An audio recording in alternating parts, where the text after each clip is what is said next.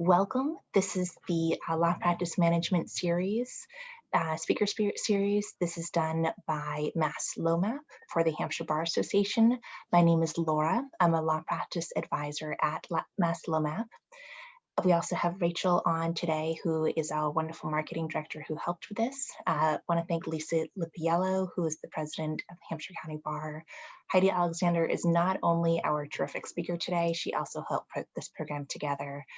To give you a short snippet into Heidi's background, she is one of the most absolutely terrific people. She is outstanding in every way. She's currently the director and the first director of the new SJC Standing Committee on Lawyer Wellbeing.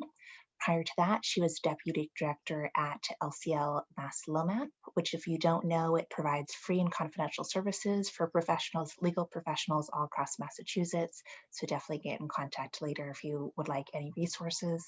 She's a past chair of ABA Tech Show. She's a founding member of, with the ABA Women's Legal Tech Initiative. I hope I'm saying that right. She's currently a law professor, practice management. She does a million things, and we are so delighted to have her here. Oh, and she's also an author of a great book about Evernote as a practice tool for lawyers. So with that minimal introduction, as was mentioned, we have a smaller group live today. Hopefully we'll have more join us, but also for those watching later, we hope that you enjoy this presentation and definitely check out more of the Law Practice Management Speaker Series. If you have questions for those here today, unmute yourself or feel free to enter in the chat either way. So thank you so much for being here, and thank you, Heidi, for doing this. Well, thank you, Laura, for that very kind introduction. I had to do the same for Laura this morning, who spoke at my law practice and technology class. Laura was my speaker, so we're double duty here, sort of returning favors. And so it's nice to be here. And a quick disclaimer, because I know we have one other person here who has children and a dog, I see too. I do not have any animals in my house, but I have small people that are sort of like animals, and they love to run behind me, especially with their clothes off. So you may see that at some point. So we'll find out. Stay tuned. But as Laura said, I am the director of the SJC Standing Committee on Lawyer Wellbeing. I was a former practicing attorney, practiced at a small firm in Boston in employment law and litigation, and then recently, most recently, was at the LCL Lawyer Assistance Program and the Law Office Management Assistant Program. So, which is a fantastic resource. And if you don't know about it already, hopefully you have, if you've watched any of these series, but a great resource and a free resource for you. So today, what I was planning to talk about was sort of the link between well-being and practice management, and how well-being impacts your everyday practice, and is important for a number of reasons, which I'm going to tell you about. And so I want to talk about that, but I also want to share some of the work of the SJC Standing Committee that I think might be of interest to you. So like Laura said, if you want to chime in, you have questions, comments, or anything of that sort, please feel free. Please feel free to get in touch with me after as well. That is also fine. I'm happy to hear from people. And then I hope that people watching this on demand will do the same. So let's start off here with, I guess, somewhat of a downer. If you've never even seen these statistics, they're not great. So back in 2017, the National Task Force, which was really born out of a few different people in the lawyer assistance world, some people in some of the insurance providers, other people that were sort of passionate about what was going on with folks in the legal profession and their mental health, got together at a conference. And basically said, hey, we got to do something about this. And they got together and they formed the National Task Force. And in 2017, they issued this report, which was based on a national study of lawyer well-being. So there's a national study of lawyer well-being done. It was really the first that was conducted in about 25 years. National study, and what it revealed were the findings here that you can see on the slide. A third of all the people that they surveyed reported that they suffered from depression. Nearly half reported that they experienced depression at some point in their practice. A quarter reported mild or high to high anxiety, and over half reported experiencing anxiety at some point in their practice. 23% reported mild to high levels of stress. A third qualified as problem drinkers. And they found that young attorneys in the first 10 years of their practice and those in private firms experienced the highest rates of problem drinking and depression. So it really was sort of those findings that led to this 2017 report from the National Task Force, which sort of set off this movement. And we'll talk about what that means for Massachusetts and what that means for you in a moment.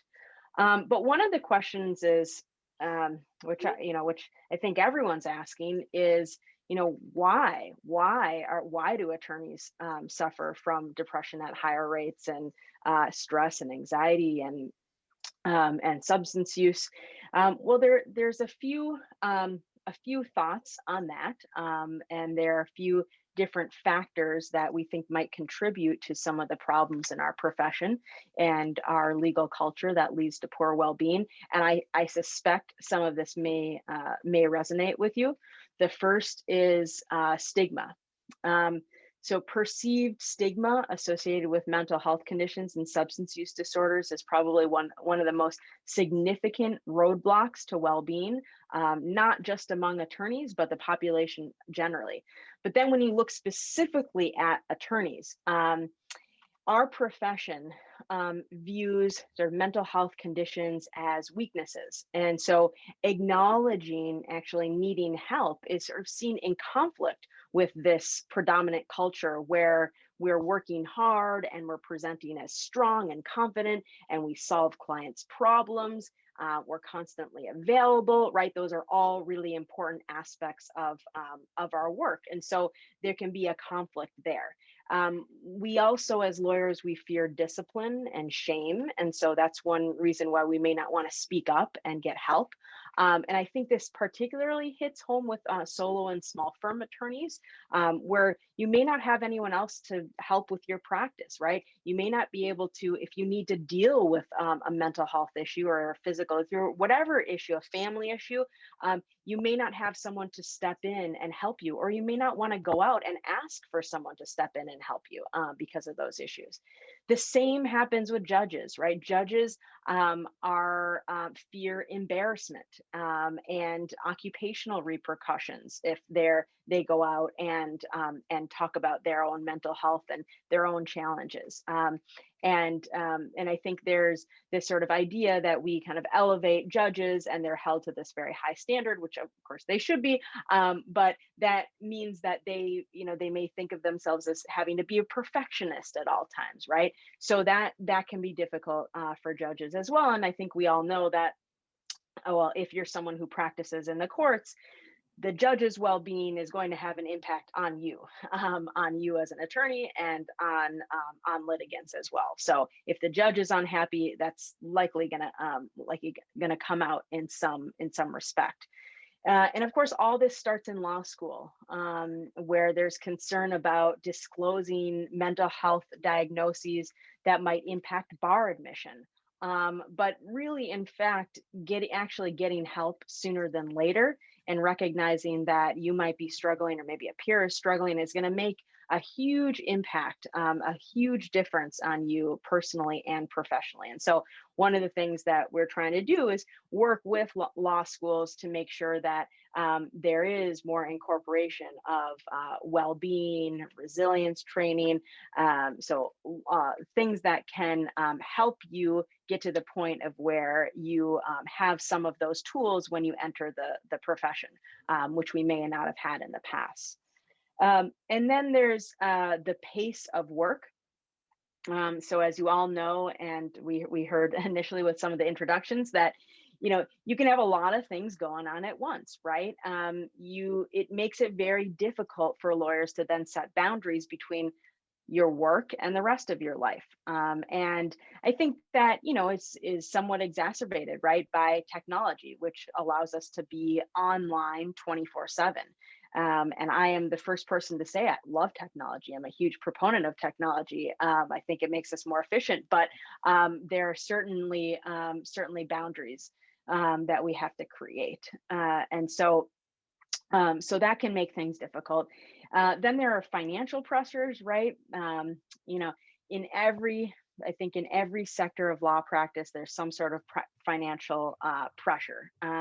So for people who are solos, right, what it's like to lack a steady paycheck. You have to pay bills. You've got to collect payments.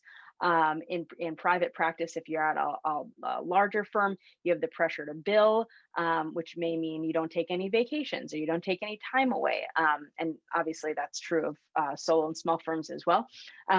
And then the public sector, where you've got pressure because you have very modest salaries. And then there's other issues like not being able to afford health insurance and disability insurance, and then paying off student loans, which is another huge issue. So lots of financial pressures. The lack of control of court deadlines and schedules can create stress. Many of the public service attorneys have huge caseloads and lack control over their schedules, which compounds stress and obviously a balance of personal and professional lives. Definitely also true of any other attorney who is practicing in the courts, right? You don't have control over your schedule. And then so the practice of law has, as you probably know, has been sort of historically homogeneous and hasn't necessarily welcomed and supported attorneys that don't actually fit that mold. And there are many groups that have been historically underrepresented and excluded. But without diversity in our profession, we can't get to inclusiveness, which really helps people to be their true authentic selves and allows people to actually make full contributions to the profession. So lacking diversity, equity, and inclusion in our bar is going to contribute to stress among our diverse attorneys. And we're going to talk more about this in a report that we recently put out. So that's another issue. Problems of isolation, which some of you as solo practitioners can probably identify with. You don't have anyone there to give you direction, sort of feeling isolated or disconnected from other people. And this can actually happen in the bigger firms as well, when you feel like you don't really fit in, and having this feeling that you're isolated and kind of disconnected with the overall mission of the firm or the organization that you're working in. So different types of problems of isolation, secondary trauma. That's a major source of stress from the nature of the work and the magnitude of clients' challenges. So this is particularly felt by folks who are doing criminal defense work, prosecutors, family law attorneys, personal injury lawyers, child and family welfare practitioners. Some of you may have experienced this. You're sort of exposed to some of the worst human suffering, but yet you have to be zealous advocates no matter what. And that's a real challenge. And the thing is that we're not, as lawyers, necessarily trained to handle situations like this. So we may be sort of acting as a social worker, but we've never been trained as a social worker. Whereas people who go to social work, get education in social work or psychology, right? They're being trained to deal with these particular clients and actually help with their own well-being. So one of the first things that they do, and if you're going to get a degree in psychology, like you have to go to therapy, right? You have to have the experience of therapy, and so they provide all these different tools, which is not something that we've been providing in legal education. So that's another area that we're hoping to work on. And then incivility. I think, if any of you have practiced for a period of time, you've either heard, people talking about this, you've witnessed it, that civility has sort of been declining over time. And that creates a lot of stress. And, I do think that probably the stress and mental health and other issues in our profession probably contribute to the decline in civility, right? Because if you're really stressed out, and you're going to court and and someone says the wrong thing, right, you may lash out at them, right, because you're not feeling well yourself. So anyway, so there's a lot of a lot of challenges that we have in particular, right, in our profession. So let's look specifically at sort of the problems and their impact on the practice of law in particular. And so the first here is that there are real consequences of mental health problems in the workplace. So when you have when there are mental health problems, those can actually contribute to poor work performance, increased errors, poor decision making, increase in disciplinary problems, absenteeism, loss of motivation and commitment, burnout. We are actually now going to soon at the national level do the first lawyer survey on burnout, which hasn't been done, but it's something that people talk a lot about in the profession. But we know from studies that firms that prioritize attorney health and well-being, they see benefits of better performance in their attorneys and their staff, better retention, better yield of incoming attorneys through recruitment. There was one recent study that showed that depression doubles the annual sickness days among employees and results in 2.3 days per month of lost productivity. Another study found that employees with mental health conditions reported losing between 4.3 and 5.5 days of productive work in the prior 39 days. On average, workers with depression have 3.7 times more unproductive time at work per week than those without depression. There's another study of attorneys that was done that found that 35.7% of attorneys reported sleeping an average of 5 to 6 hours per night, and 3% reported sleeping an average of fewer than 5 hours per night. And I know there's, if it hasn't happened yet, I think there is an upcoming program at LCL and Mass LOMAP on sleep from one of the clinicians. Is that right, Laura? It's upcoming? That is right. That will be the March webinars for busy lawyers. I don't know the date off the top of my head, but webinars for busy lawyers are always Wednesdays at 12 o'clock. And if you go on our site, you can see they're great. They're practical information, take 20 to 30 minutes. And so it isn't too much of a time out of your day. And this will be with our clinician. Oh, great. Rachel just put the date and the link in the chat, March 24th. Thank you so much, Rachel. So I won't go into the benefits of sleep, but certainly sleep, the lack of sleep is not helpful to practice because it's going to compromise your effectiveness, lead to cognitive impairment, and can actually exacerbate depression. So sleep is important, and you can hear more from one of the LCL clinicians.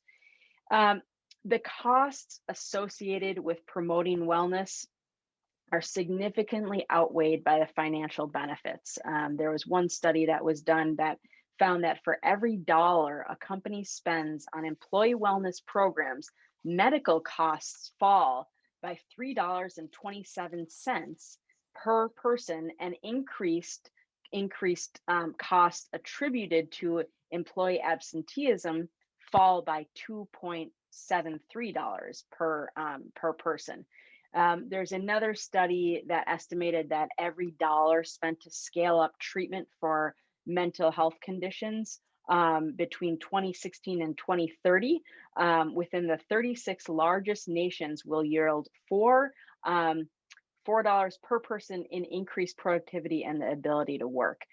So there's some actual like real hard data behind all of this. This is not sort of the type of thing that we're just saying, hey, you're going to feel better. It's all everything's going to be great. There's actually some evidence behind this. So with that said, kind of starting to make the case for why all of this is important, I just want to mention what we are doing here in Massachusetts, because we have formed a committee to look at these sort of big picture issues of changing legal culture and how we do that. So in 2018, the late Chief Justice Gantz commissioned a steering committee on lawyer well-being, and that committee met for about a year and then published a report. And so they had people from all different sectors, solo and small firms, large firms, public agencies, judges, legal aid, regulators, and all contributed to this report. And so now we have this 150-page report that is specific to issues in Massachusetts. And one of those recommendations was to form this permanent standing committee that would look at these issues and really start to tackle them. So this is the report, but all of this can be found on our website. So addressing some of those big picture issues, these are some of the themes I think that come out in that report, and also some of the themes that we're working on. So those include, again, like what I said, shifting legal culture. So making changes to our legal culture, reducing stigma, like I talked about earlier, so that lawyers can seek help when they need it, increasing diversity, equity, and inclusion in our profession, generally improving life and career satisfaction, and increasing civility. And so we're doing this work with many different stakeholders, including bar associations and individual attorneys and firms. So with that said, there's the big picture issues, right, that we're talking about. But I think there's a little bit of a difference between sort of the individual work and the organizational and policy work related to these issues. So when we're thinking about how do we tackle these issues, right? Well, one is we have to look at the individual. And what I mean by that is that we ourselves as attorneys have to, one, learn to take care of ourselves, right? We have to make adjustments to ourselves. We have to learn to be resilient. We have to learn to be allies. We have to learn to be upstanders. We have to learn ourselves to how to do some of these things to make ourselves feel healthier and more satisfied and better attorneys, right? But in addition to that, and this is really where we're focusing, is that the system itself has to change. And so changing the system through incremental steps and building structures to provide support where it's needed is really our main focus.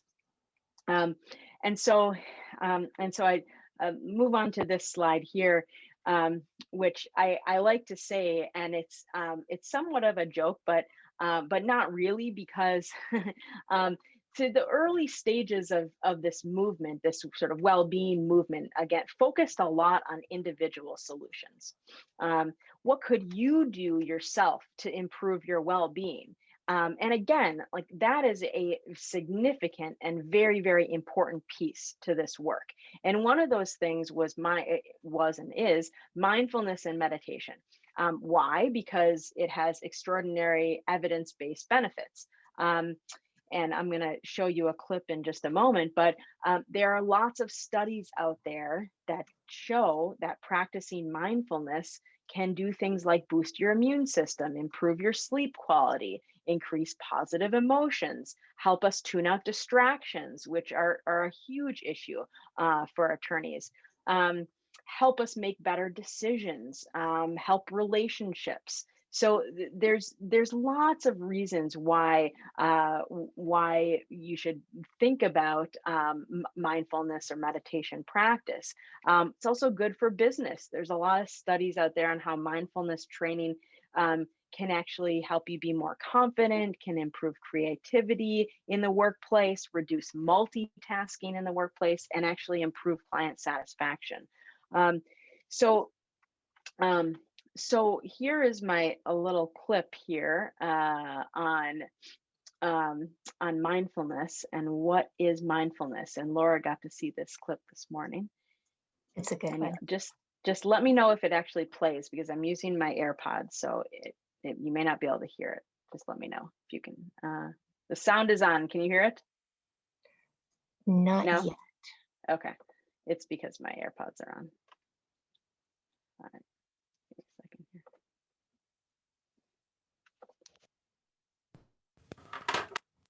All right.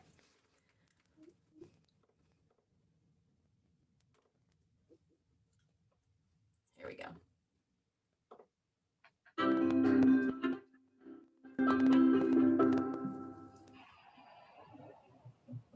You may have heard this word mindfulness. It's become something of a buzz phrase of late. I'm going to give you one simple, serviceable definition, which is this. Mindfulness is the ability to know what's happening in your head at any given moment without getting carried away by it. Imagine how useful this could be. Just as an example, you're driving down the road and somebody cuts you off in traffic. How do you normally react?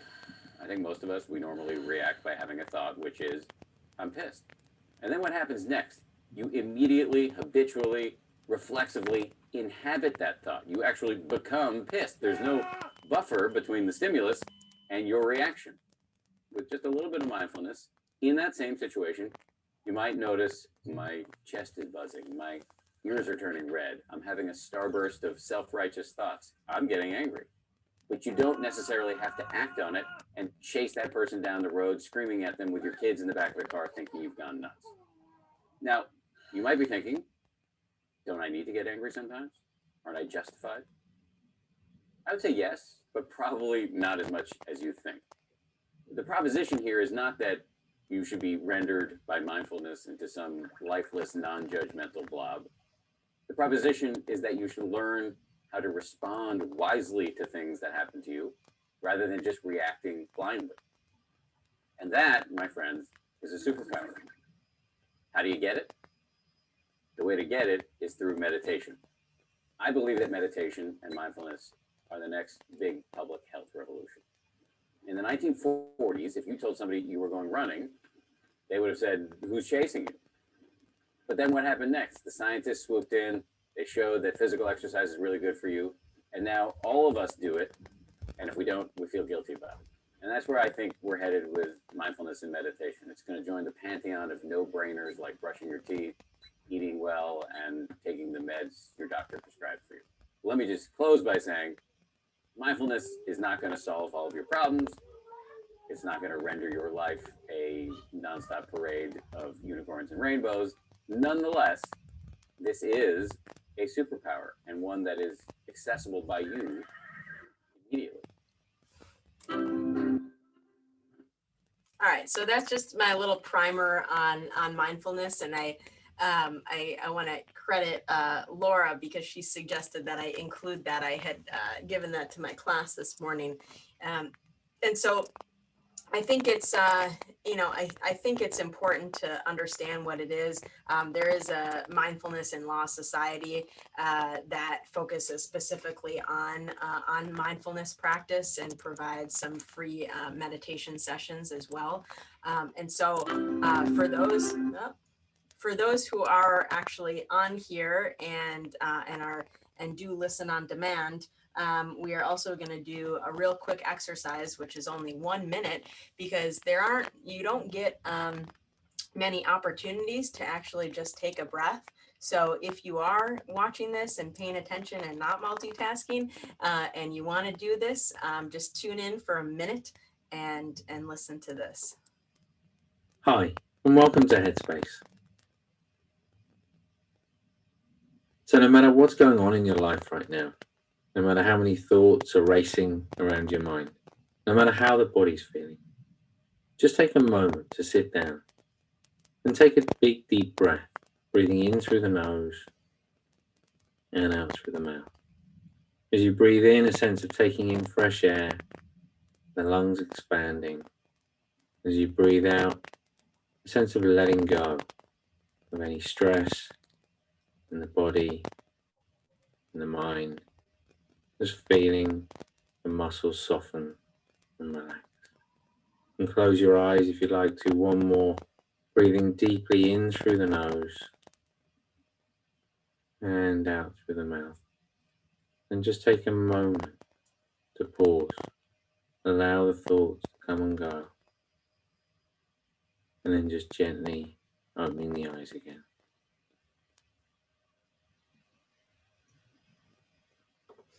Hi. All right. So if you missed that, if you were tuning in, especially if you're tuning on demand, go back and rewind and listen to that and try doing the breathing. That's sort of the first step. And I'm gonna Back in here. Okay, can you still hear me? Yes. Okay, great. Because my my children are screaming downstairs. So, so in an attempt to tune them out. All right. So all right. So now that we've done that, I want to pivot to the big picture. Okay. So the sort of organizational and policy work that we're doing, and that I think everyone can contribute to. Creating awareness around well-being is probably one of the most important goals of our committee, of LCL, of some of the bar associations that are doing this work. And again, I think everyone can be a part of these efforts to increase awareness around well-being. I talked earlier about stigma, right? Stigma can be one of the most significant roadblocks to well-being, because you're not getting the help you need or taking the actions that might be helpful. So a lot of our work surrounds destigmatizing, seeking help, and normalizing self-care. And so one of the ways we can do that is by implementing programming, being involved in programs and committees. We will be doing a number of events around Wellbeing Week in the Law with some of the bar associations, with LCL and LOMAP. And so if you are interested in this, we would invite you to join us during Wellbeing Week in the Law to participate. It's a time for you to talk to other people about their challenges, hear about other people's challenges, understand and know that other people have had challenges, and learn sort of what you can be doing to help change the legal culture and make it more conducive to well-being for yourself and for others.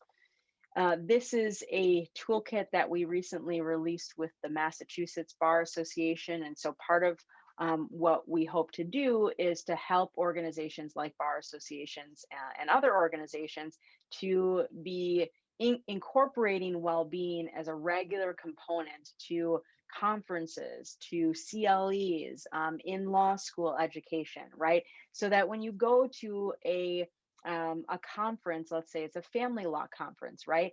That part of the family law conference should have some sort of component or session that that has a well-being component to it, right? Because again, we know that well-being is extremely important to the actual work that you do. So this toolkit actually has a number of different ideas for bar associations on how to implement well-being program activities. And this might actually be helpful, to your practices. If you've got a small practice and you're thinking, we want to do something internally to support well-being. We've included a number of speakers in here and topics, and also just some basic information about the state of well-being and the different resources and initiatives that are happening around it. So this may be helpful to you. I would also invite you all to join our Legal Wellbeing Network. So one of the recommendations in our report was to create a network of professionals that are thinking about how to implement well-being, thinking about different ideas of how to increase well-being in our profession. And initially it was actually for the larger firms and the HR professionals in the larger firms, but we've really expanded that because there seems to be more interest generally. And so this is a new network that is formed. And again, it's just a way to talk to other people who are interested in supporting well-being, interested in making those sort of big picture changes, taking these ideas and actually turning them into actions. So that is another way you can get involved in the work. Another area that was highlighted in our report was the importance of mentorship in the profession, particularly for newer attorneys and solo attorneys. And so one of the things that we are doing is encouraging the increased mentorship opportunities through bar associations and other organizations like the Volunteer Lawyers Project. And other organizations that provide mentorship opportunities. But there's a number of different ways in which mentorship can help support well-being. Through mentorship, mentorship can actually help decrease stigma for help-seeking behavior. So if you are a mentor or a mentee in a relationship and you talk about some of the challenges that you face, particularly if you are a new practitioner and you are looking to a mentor who's been in practice and the mentor says, yeah, I've been there, I've had those challenges, and I use these resources to get help. That is very, very, very impactful and can be very helpful to mentees. It can increase your self-care, so actually the ability to get help and to do things for yourself, building confidence and confidence and more confidence. That was clearly a typo. I'm not even actually sure what that was supposed to say. Oh, competence. That's what it was supposed to say. Build confidence and competence in practice. Also reducing isolation. We talked about how isolation is an issue. So having mentors and allowing you to get more connected into your community and building those networks, connecting to the profession, providing a safe space to discuss mistakes and challenges. Because one of the things that we like to say when I was at LCL was that you are not a robot, right? Sometimes attorneys have the tendency to sort of think they are a robot because they can't make mistakes and they want to do everything perfectly, and we're all type A.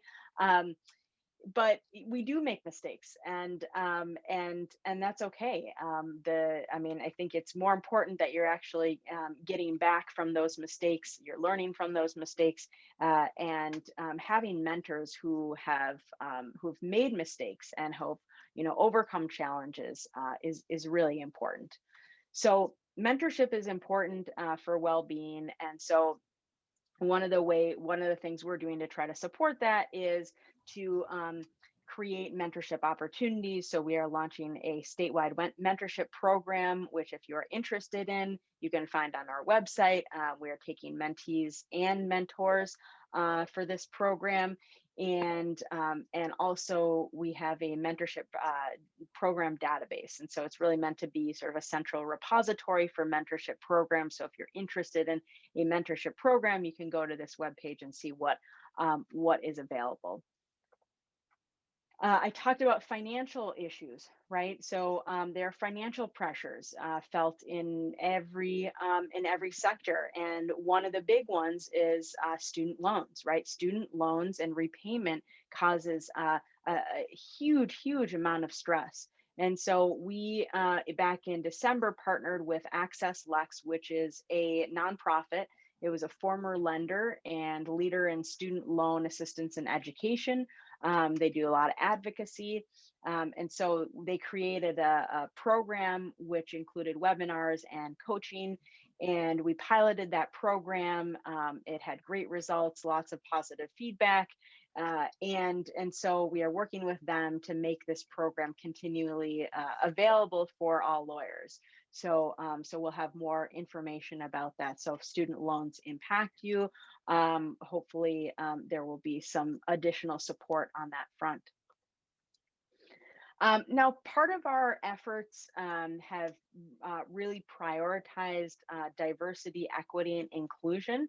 And so in doing that, we needed to get a better understanding of what our bar actually looks like. And so we did not to date have any of that data. So there was a voluntary survey that went out last January, a year ago now, almost a year and a half ago, and which collected data voluntarily on the demographics of the profession. And so what happened is what we did was advocate for a change to the rule on registration of attorneys, so that there is now a requirement that every attorney complete a demographic and law practice survey. And the sole purpose of that is to develop services and programs to aid lawyers. That is the sole purpose for this requirement. So if you are someone that has had to renew your registration, and you've seen that survey, you will know why now. You can thank us for that. You can reach out to me and give me your comments and feedback. I've had mostly positive comments, some negative comments, but mostly positive comments, because I think there's an understanding that that there is definitely an importance of collecting this data. And then we can actually benchmark, and we can look at this data and we can see how we're doing. Are we actually taking steps to increase the diversity of our bar? We can also look at issues of, where are most of our solo practitioners?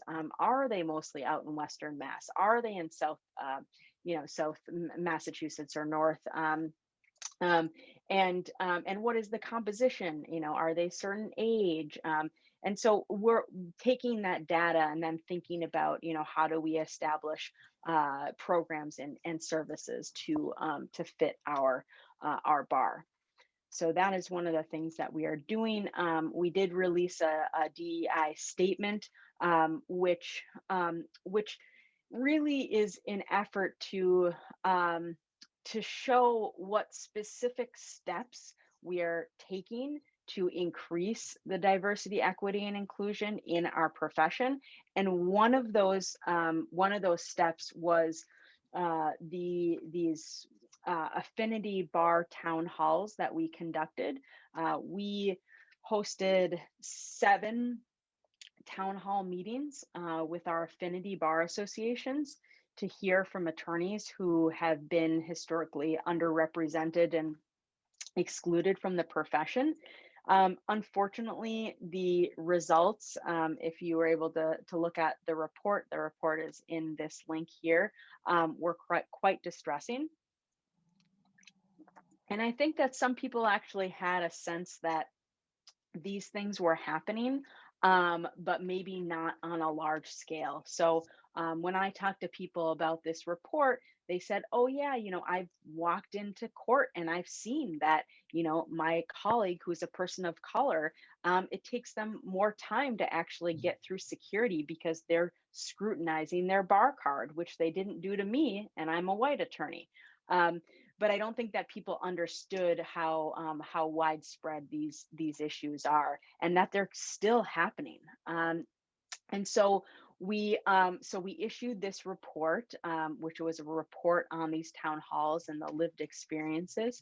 And from there, we're working with the affinity bars and other stakeholders to figure out the next steps and what we are going to recommend.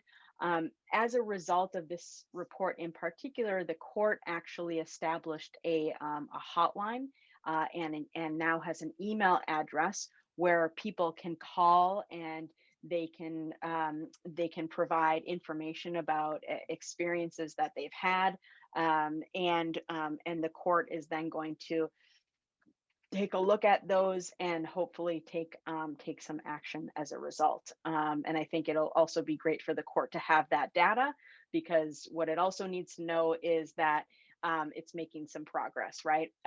So this is a big part of our work.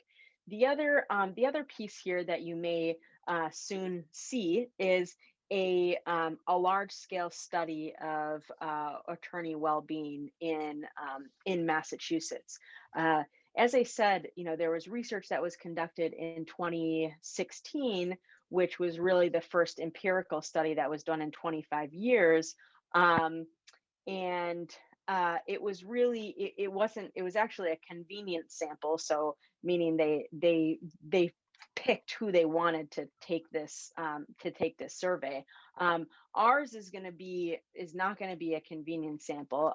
We're actually going to do some real sampling of attorneys in Massachusetts. And the first thing that we are doing is we're going to have some focus groups. And so we're going to, you'll get information about that if you're actually interested in participating in one of the focus groups, which will help us actually design the survey, along with lots of literature, along with input from organizations like LCL, and our report too.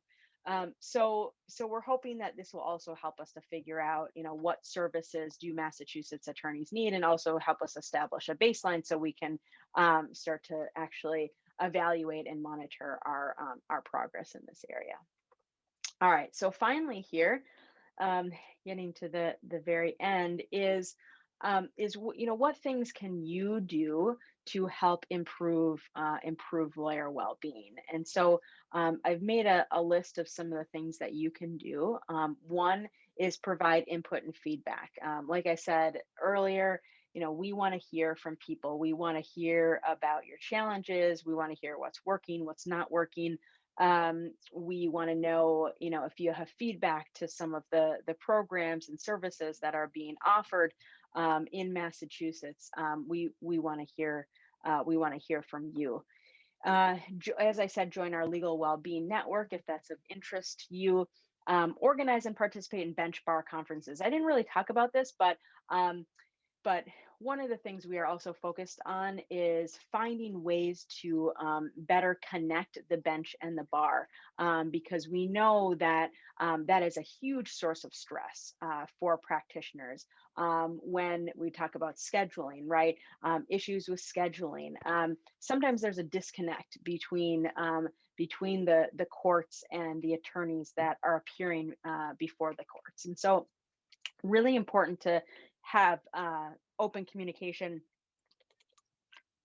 and connections between the bench and the bar. And so I know that these bench bar conferences happen in many, many courts. There are some very good ones that happen out in the Hampshire County area, and I just encourage you to participate in those. Support and encourage diversity, equity, and inclusion. So whenever you can, the first part is to get educated, find resources. The American Bar Association put out a 21-day challenge, and I forget the exact name, but it was a sort of racial equity challenge where there were readings to do every single day. So the more you can educate yourself in the areas of diversity, equity, and inclusion, the more progress we're going to make in this area. Serving as a mentor to new lawyers. We talked about the new program. I think there is, like we were talking about early on, I think new lawyers and sort of, we talk about sort of the millennials and under are maybe a sort of unique breed. And I can say that just because I'm on the cusp of being a millennial. Actually, I turned 40 tomorrow. So so I'm literally right on the cusp. So, but I can say that as a millennial that, you know, we do think a little bit differently, and we're, I think, demanding, you know, well-being and satisfaction in our own careers. But I also think that there's a lot that we can learn from attorneys who have been in practice, you know, have had those challenges, and you know, and we may even be able to teach attorneys who have been in practice something too. So I think it's sort of a two-way street. So so mentorship is great, and I would encourage you to participate as a mentor. Seeking out help if you need it, when and if you need it. Most of us do need help at some point, but I think the most importantly is sort of knowing, having the resources available, and knowing how to get to those resources. And there's one at the end here, learning to recognize signs of distress in colleagues. And I think, you know, in addition to that, it's knowing how to respond to people who are in distress. You know, if someone comes to you, and we've actually had a couple of these situations, and I know LCL hears, you know, things like this all the time, but you know, when a staff member, or you have an attorney who comes to you and is telling you they're having suicidal thoughts, you know, what do you do? You know, that's a situation where you want to know who to call. And my recommendation is call one of the clinicians at LCL, or call, and you know, maybe your first step even before that is calling 911 or calling the Samaritans. But LCL can always help with that. But you know, just having those resources and knowing what to do when it happens, and being an upstander and an ally. And I'm really sort of encouraging bar associations and others to go through some sort of upstander and allyship training. Because again, like, you want to know what to do when you're walking in with a colleague who's getting their bar card scrutinized. You know, what do you say in that situation? What are things you can do to be an upstander in that situation? And I think those are things that we can educate ourselves on. And finally, here are some resources, and I will share my slides as well. But lots of great resources. There's a couple of podcasts that I put in here as well on well-being. Obviously, LCL and LOMAP. Our site is there too. And here is my contact information. Like I said, please don't hesitate to reach out at any point. I would love to hear from you. And I wish everyone the best and good luck. And it's nice to see a couple of people here. And I hope other people who are able to watch this on demand, I hope that you enjoyed it and found it helpful. And that is all from me. Heidi, that was marvelous. I will say I have been following along with your committee and have watched other things in well-being. I still learned so much today from your presentation. As Rachel just wrote in the chat too, it's a fantastic presentation. I agree. This was wonderful. And I like how you talked a lot about the possibilities, that sometimes people focus just on the statistics of where we are. You also had the side effect of where we can go with it, which was very optimistic. And your committee is doing fantastic work. Christy, I saw you took yourself off mute for a second. Did you have a question to ask? No, I just wanted to comment that it was really a good presentation. Thank you, Heidi, for doing a great job. Thanks, Christy. I appreciate it. Thanks for tuning in. Yeah, this was absolutely wonderful. Well, thanks, Laura. Oh, Joy, go ahead. Joy's tuning in. Yeah, Yes, thank you. It was a great presentation. I'm really glad that you brought up the SJC report from the Affinity Town Halls. I read it, and if it, yeah, I think for bringing that up.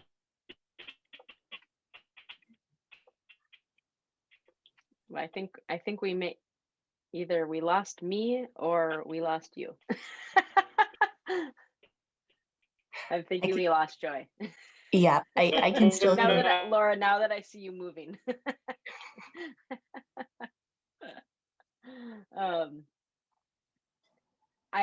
glad if Joy, if you can hear me, I'm glad to hear that you saw the Affinity Bar Town Hall report, and I really think I think it's been eye-opening, and for a lot of people, although I think a lot of people have said, I've known this is happening, but I do think that it's sort of a kick in the pants to actually move this stuff forward, especially for the courts. Certainly, they are taking this very, very, very seriously. But I do think that there's a lot of work that we have to do. So next steps are really to come up with some really concrete actions to take as a result. And Laura, I appreciate what you said.